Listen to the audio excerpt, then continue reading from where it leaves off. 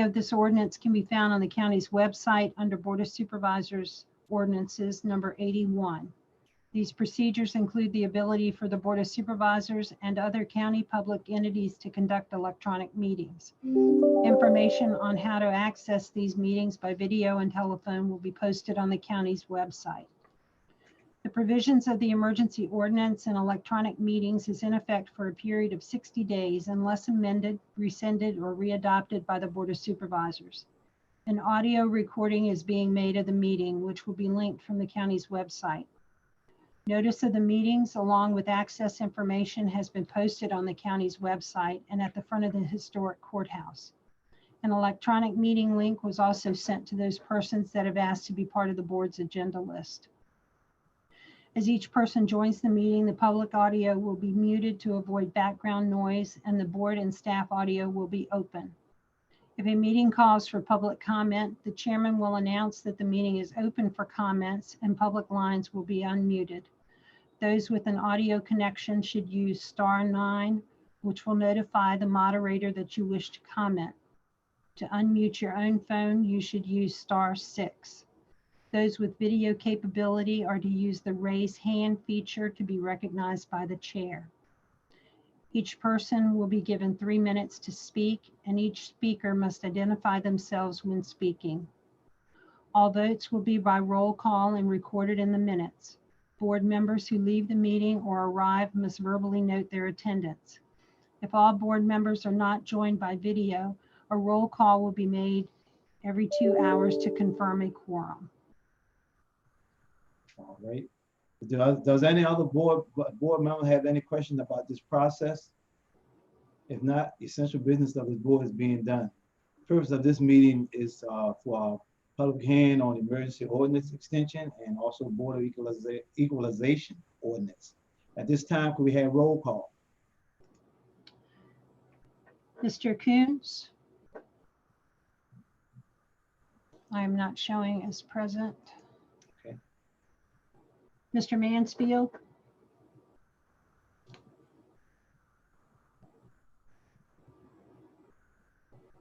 Mr. Mansfield, you need to unmute your phone.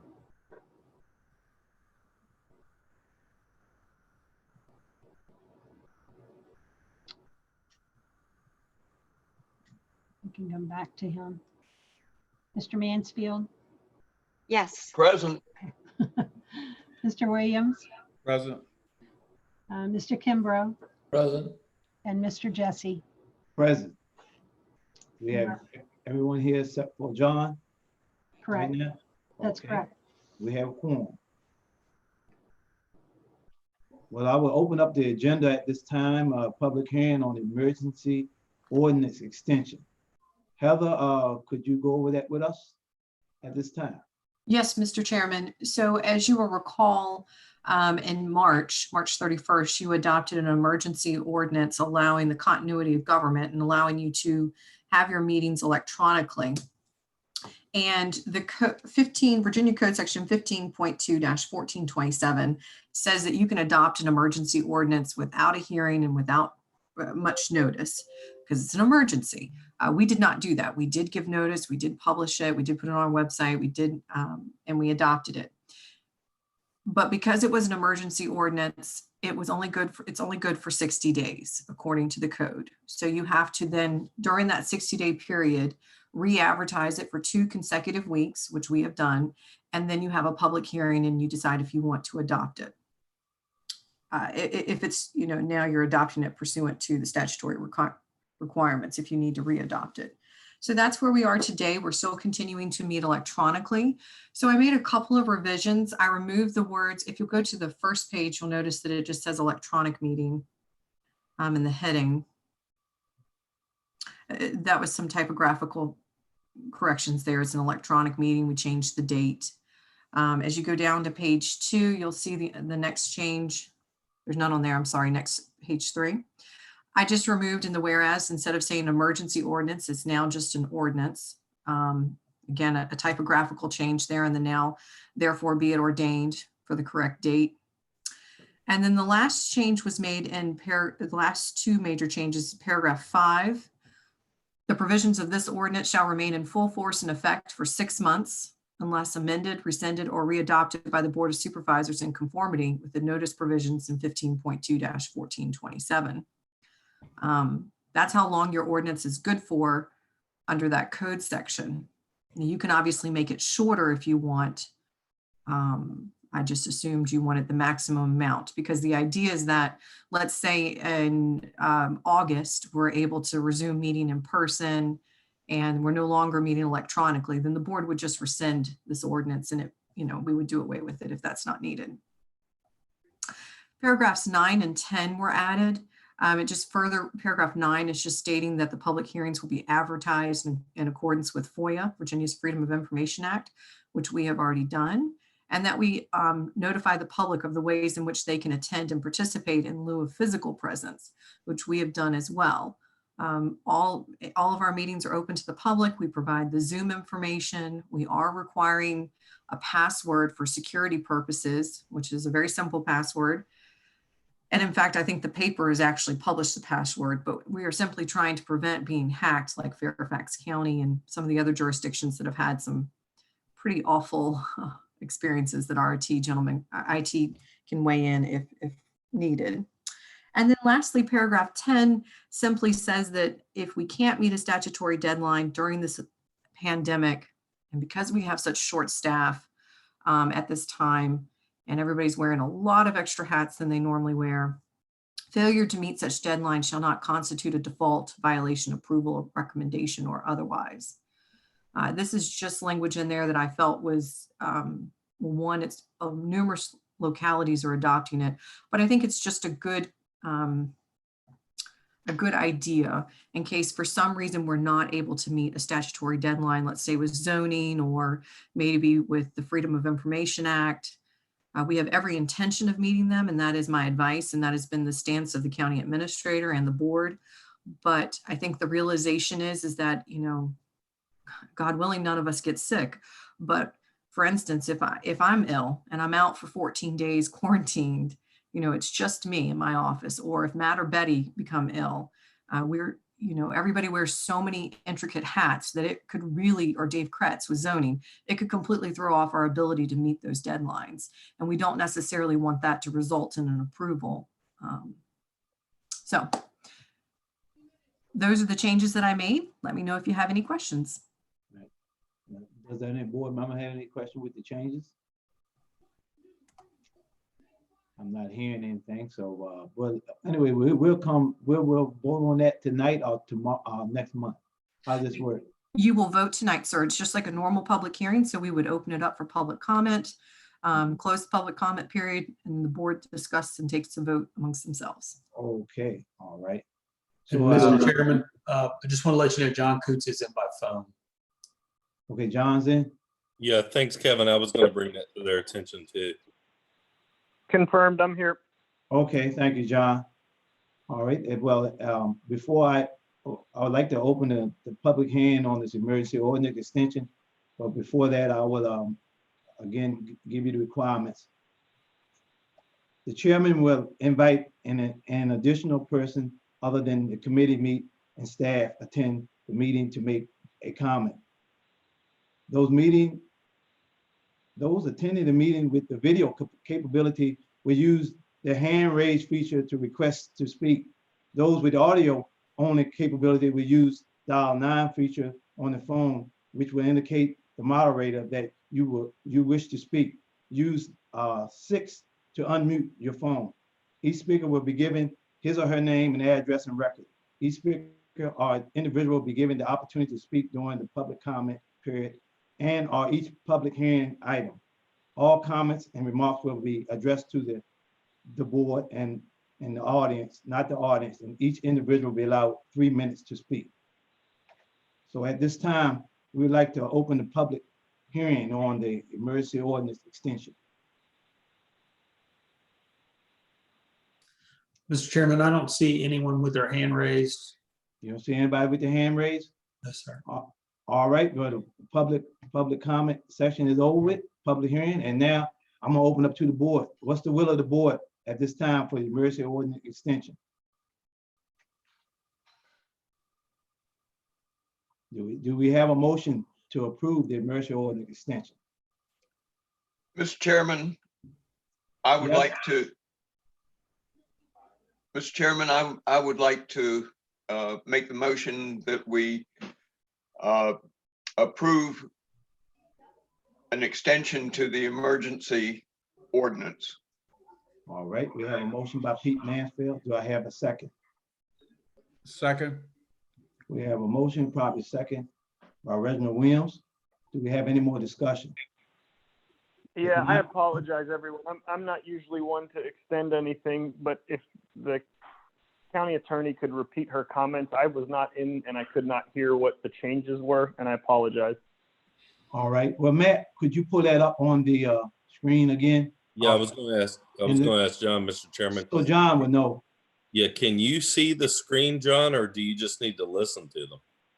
I just need to listen. I for some reason, I couldn't get on with my computer, even though I'm home now. So Kevin and I haven't figured it out, and we kind of figured we wouldn't figure it out quickly enough. So just a brief summary of the changes by council would be appreciated. I apologize. Sure, not a problem. Matt, you don't need to share screen. I have it on my side and I'll just go over it from my notes. So John, there were a few typographical errors changing March 31st to May 5th. And then I removed the reference to emergency ordinance because really at this point it's an ordinance for government continuity. And we're adopting it pursuant to the statute with 2 consecutive weeks of advertising and allowing a public hearing. So we've now complied with the statutory requirements, and it is in fact an ordinance, not just an emergency ordinance. The other change I made is I revised it because originally it had said that it was only in effect for 60 days until you amend, readopt, or rescind it. So you are essentially readopting it today with some amendments. So I've now made that it's in effect for 6 months, which is the maximum time allowed by the statute. And the example I gave is that if in August we're all resuming and back in full session and you know, we're all at the office and we're meeting in person, then the board can choose to then rescind it at that time if it's appropriate. But if not, you have 6 months from today's date to rescind, readopt, or amend. And then I added 2 changes at the end. And this is language, 2 additional provisions to paragraphs 9 and 10 that is used by numerous localities, not only surrounding us, but throughout the Commonwealth. Paragraph 9 now says that all meetings and public hearings will be advertised and given notice accordance to Virginia Freedom of Information Act requirements and state the ways in which the public can participate, which we have been doing. I just now restated it again in the ordinance. And then lastly, paragraph 10 says essentially that if we fail to meet a statutory deadline during this time period, that it would not constitute a default violation, approval, recommendation, or otherwise. And my concern there is, as you know, we're rotating staff, but we also are one-man shop in a lot of ways. And if I was out for 14 days due to quarantine, that could cause a substantial delay. Heather, that's where I came in. I caught that part. I'm good now. Okay, thank you. All right, thank you, Heather. You're So welcome. We had a motion by Pete, second by Reggie. Is there any more discussion? If not, roll call. Mr. Coons, Aye. Mr. Mansfield, Aye. Mr. Williams, Aye. Mr. Kimbrough, Aye. Mr. Jesse. Aye. Motion so carried. Next on the agenda would be Board of Equalization Ordinance. Matt, would you like to talk on that for a minute? Yeah, I'm going to kick this one off, Mr. Chairman. This is an ordinance that was brought to the board's attention several years ago, as a matter of fact, by the chairman of the Board of Equalization. As the board is aware, we're getting ready to embark upon another reassessment. And the Equalization Board chair at the time, Ray Kostesky, highly recommended we consider this. I think there was no opposition to the ordinance at the time. I just think it got kind of buried on a back burner on things and never got to enjoy its own public hearing and the board taking action on it. Speaking from what I see as the main part or points of this ordinance, in the past when we've had boards of equalizations impaneled, they would entertain appeals to the reassessment pretty much on a floating, not really even having a deadline per se, just on a floating basis. So their body of work was kind of left open throughout their entire life of the board, so to speak. What this ordinance does is it creates a deadline after the reassessment is complete for a property owner to file an appeal. And it's a very generous deadline, and it gives then the Board of Equalization their body of work for which they'll work through, and pretty much caps the appeal process.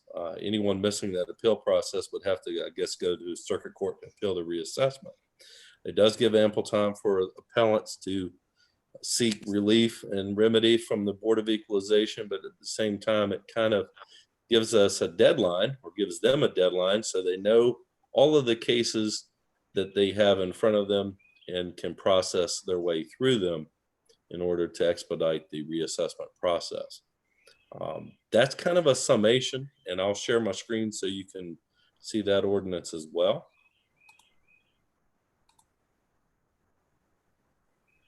And I'm going to turn to the main part of that ordinance as I see it. Heather, is there anything you want to kind of chime in on? Because I know you may have spoken to Ray about this since I have. Yes, thank you, Matt. I think you did an excellent job on the summation and the highlight. I mean, essentially, this is, I prepared this, Ray's reviewed it. We also reviewed it with the former Commissioner of Revenue, and the current Commissioner of Revenue, May, has also reviewed it and is in support of it. And also we had the previous Commissioner of Revenue, because she was on the Board of Equalization as well. So it's Yeah, been there through you go. multiple Commissioner of Revenues. We got all these commissioners wanting this. Yes, because what it does in a nutshell is what you said, Matt. It gives a deadline for everyone. So as citizens, as the BOE, as the Commissioner's Office, we all now have our marching orders.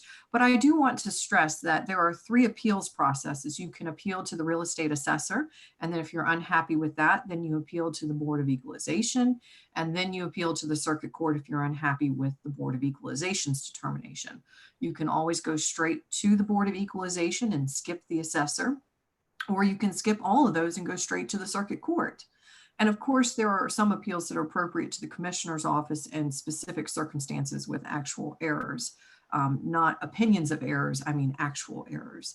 But there are multiple, so this doesn't abridge any of those processes of appeals. It simply says, if you're going to appeal to this body, here's the deadline by which you're going to do so. And we're required to give numerous notifications of that. So again, it's not, I think this is much needed. We had a lot of, there were a lot of issues with the Board of Equalization in trying to meet some statutory deadlines with certain appeals, because people appealed at the very last minute, literally like days before the Board of Equalization's term expired. Yeah, and if my memory serves, it was a situation where Ray and the board didn't really know when their term was going to end, because they really didn't know when the last appeals were going to come in.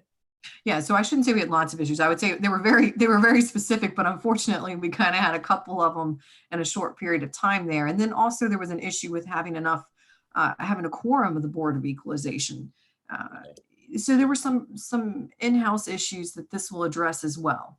Yeah, Mr. Chairman, I'll remind you, I think you and I both were present the first reassessment this came up, and then we had the last reassessment and it came up again.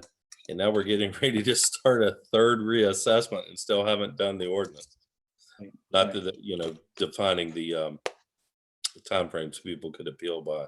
So I think at least from, and Heather, you did a very good job of stating the support for this ordinance. I don't think there's anyone that's opposed it. I think it's just been one of those things that, well, no one's against that. So we'll probably just come back to that when we have a little bit of time. And it gets backburnered and we don't take action on it. So. All right. Well, thank you for that information.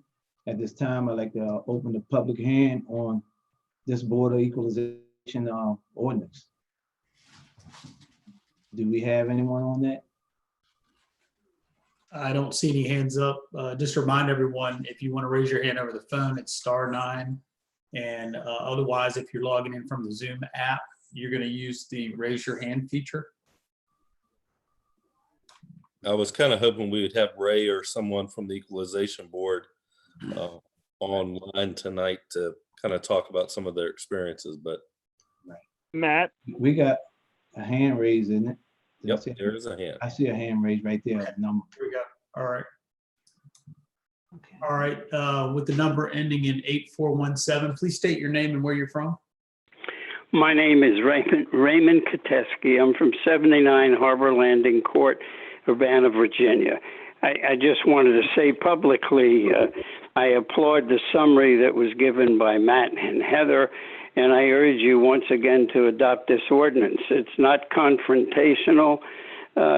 It doesn't harm anyone, but it allows us to put some structure into the process, avoid the pitfalls and the inefficiencies of past ones, and as Heather has said, it's supported by really all the commissioners of revenues that I think are still alive. So there's nothing harmful about this, and I think it will do justice. It's fair, and it'll be a plus for the succeeding boards of equalization and the whole process. That's it. Thanks, Ray. I was hoping that phone number was you because you've had experience twice now, and each time you've asked the board to take action on this ordinance, we just never seem to have got it done. All right, well, thank you, Ray. You're welcome. Okay, I see two. Do we have another raised hand, Kevin? Yeah, that's John Coots. Oh, okay. That's it for public comment, Mr. Chairman. Well, if we don't have anyone else, I'll is, close. is I was on the Board of Equalization with Ray, and I experienced the same thing he experienced under his great leadership. The process drags out for way too long, and it's just because the rules allow it to. And it's not that the people need all that time. And we already have trouble filling the spots on the Board of Equalization, and it drags on and on and on. And this is a great ordinance, and I support it from my stance as a one-time Board of Equalization member. Okay.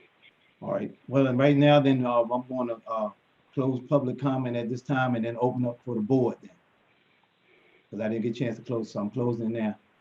Do any more board members have any information that they would like to say about this ordinance?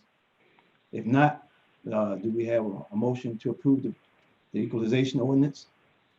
I move that we approve the equalization ordinance. This is John Kuntz. All right, we got a motion by John. Do we have a second? I'll second. We have a motion and second by Lud. Is there any more discussion? If not, roll call. Mr. Koontz, Aye. Mr. Mansfield, Aye. Mr. Williams, Aye. Mr. Kimbrough, Aye. Mr. Jesse. Aye. Motion so carried. Next on the agenda would be public comment, and I'll just go over this electronic procedure again. The chairman will invite each additional person other than board members and staff attending the meeting to make a comment. Those attending the meeting with video capability will use the raise hand feature to request to speak.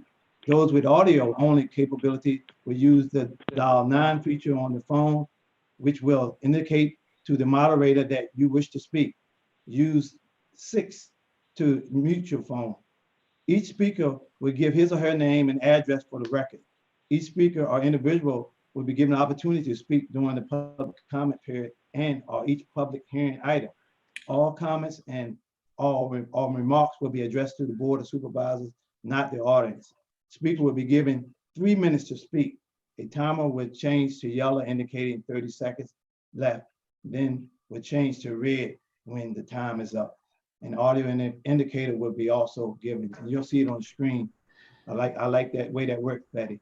Yeah, I'm not sure if we have the colors since we've changed the way we're doing the timer, but the timer will definitely be there. Okay, all right, we'll do that. Do we have anyone at this time that would like to address the board? I don't see anyone with their hand raised at this time. All right, well, at that time, with public comment closed. All right, before we adjourn, I would just like to let you know about the upcoming meetings. Thursday, May the 7th, 2020 at 7 p.m. Deliberation, revision of the adoption of the budget. And then Tuesday, June the 2nd, 2020 at 3 p.m. will be our regular board meeting. And all our board meetings from now on will be electronically. At this time, do we have a motion to adjourn? So moved. I have a motion by John. Do I have a second? Second. Motion, who seconded that? Mr. Reggie. Williams, Reggie. Oh, Reggie. Okay. Second by Reggie. All in favor of that motion? I'm not gonna say it. I'm gonna say roll call. Mr. Coates, Aye. Mr. Mansfield, Aye. Mr. Williams, Aye. Mr. Kimbrough, Aye. Mr. Jesse. Aye. Everyone have a safe weekend. Well, weekend not here yet, but be safe on your journey through Middlesex County and wherever you go. God bless you. Good night. Good night.